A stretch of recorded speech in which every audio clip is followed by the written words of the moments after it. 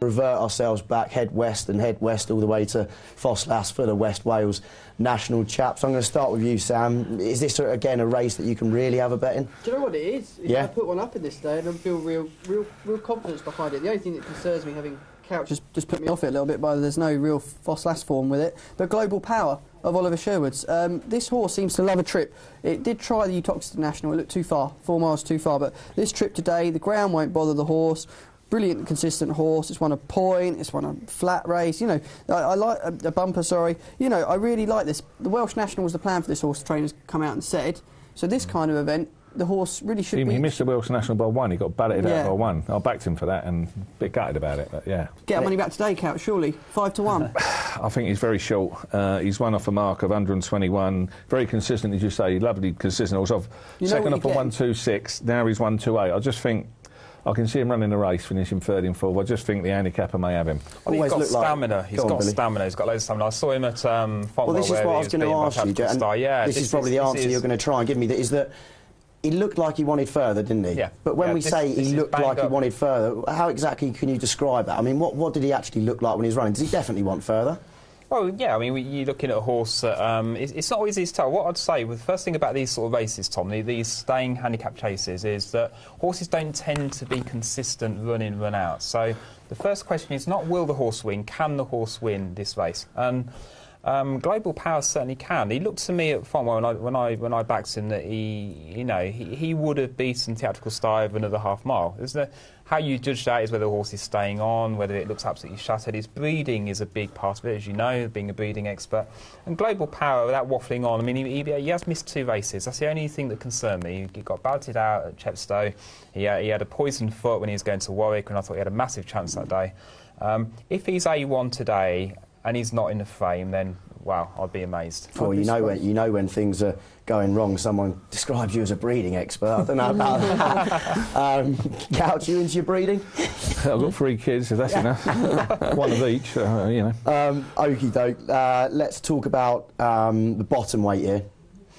In with a chance as well, going around this trip. That's the second thing. That's another thing, isn't it? It's the trainer. These sort of staying handicap chasers. We talk about it. You got Venetia Williams, and I saw gorgeously aged win round Fontwell, and you know, really solid run. He's going to win more races. Next time he comes out, he runs a shocker. Next time, I think it was Plumpton, he ran okay. That's what you get with these horses, in and out. The thing about this race was last year, the first 3 they all carried less than 10.5.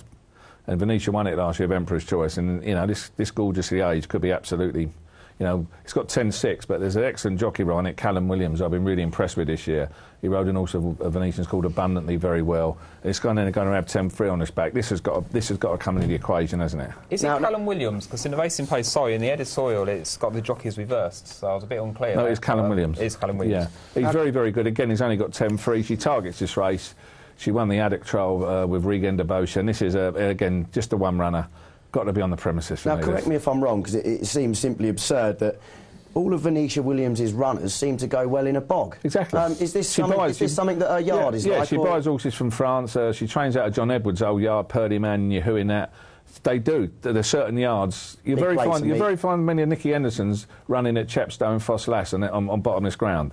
Now, Peter Bowen's a trainer who seems to like the sun a bit more than the rain, like me, but when he targets these jumpers in wet conditions, heavy ground, with the likes of Edmund Keane today, you usually see him winning these summer jumpers, don't you? Not one that you'd expect to pop up, but he's been short. It's only had 1 run for him. It used to be with David Pipe, didn't it?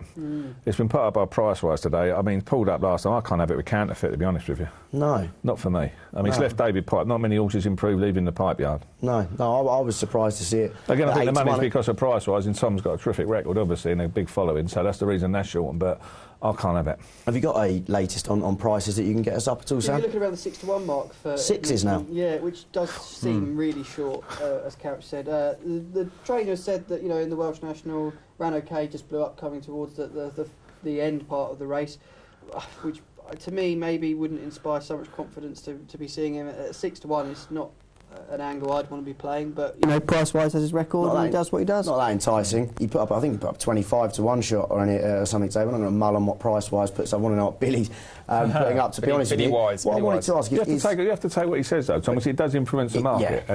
Well, this is what I was going to say, right? Is that it's an 8 weird. Oh, I thought, you know, if you price up yourself, think, it's 14 to 1 or something. You see it's 8s, and then suddenly it's 6s.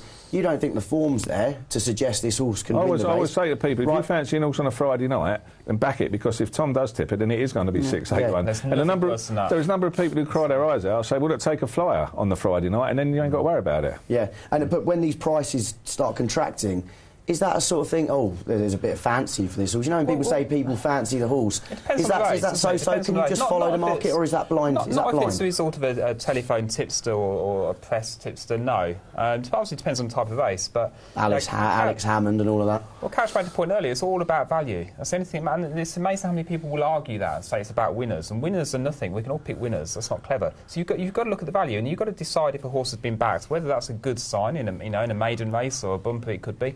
Or whether it's just a result of somebody else's opinion, which in this case, Edmund Keane, fine, you know, good luck to Tom, but I don't fancy it. So if it's 6 to 1 now, absolutely not.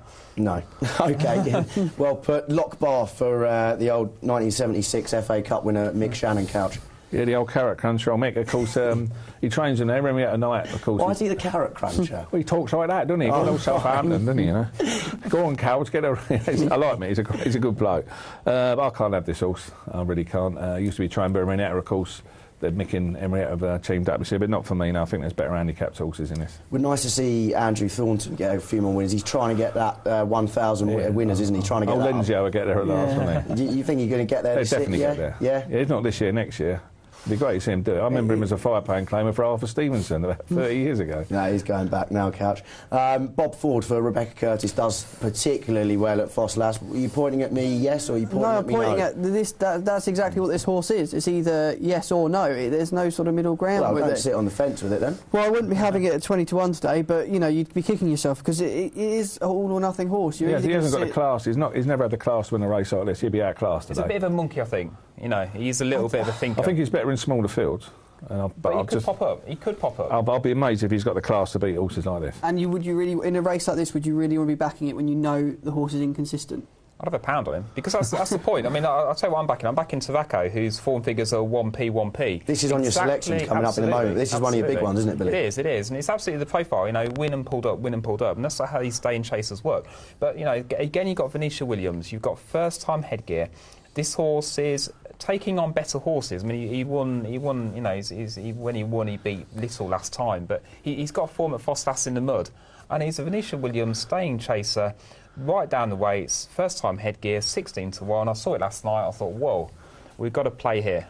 So when he was pulled up in another one of our lovely nationals, the Sussex National this time, Billy, at Plumpton, that doesn't put you off. That actually suggests, I was at Plumpton today. I backed the winner, I told you, quite luckily, but a lot of horses just didn't go in the ground, and that's what you get with a heavy ground staying chase. A lot of horses just on the day just don't perform. He just didn't perform. He didn't, you know, just write it off. Look at his potential. Venetia obviously thinks a bit of headgear's going to go on, and it's gone on today with the big money's down.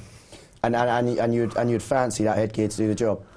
It's worth a bet at the price. Oh, he's now saying whether he's been backed or... Let's have the latest. Run us through the market quickly on the so if we're looking at the two Venetia Williams runners, Gorgeous Liège, you're looking around 6 to 1 shot. Tarraco Venetia Williams, Alan Crawley's riding 14 to 1. Global Power that I've spoken about is 5 to 1. Lock Bar we've mentioned 8 to 1.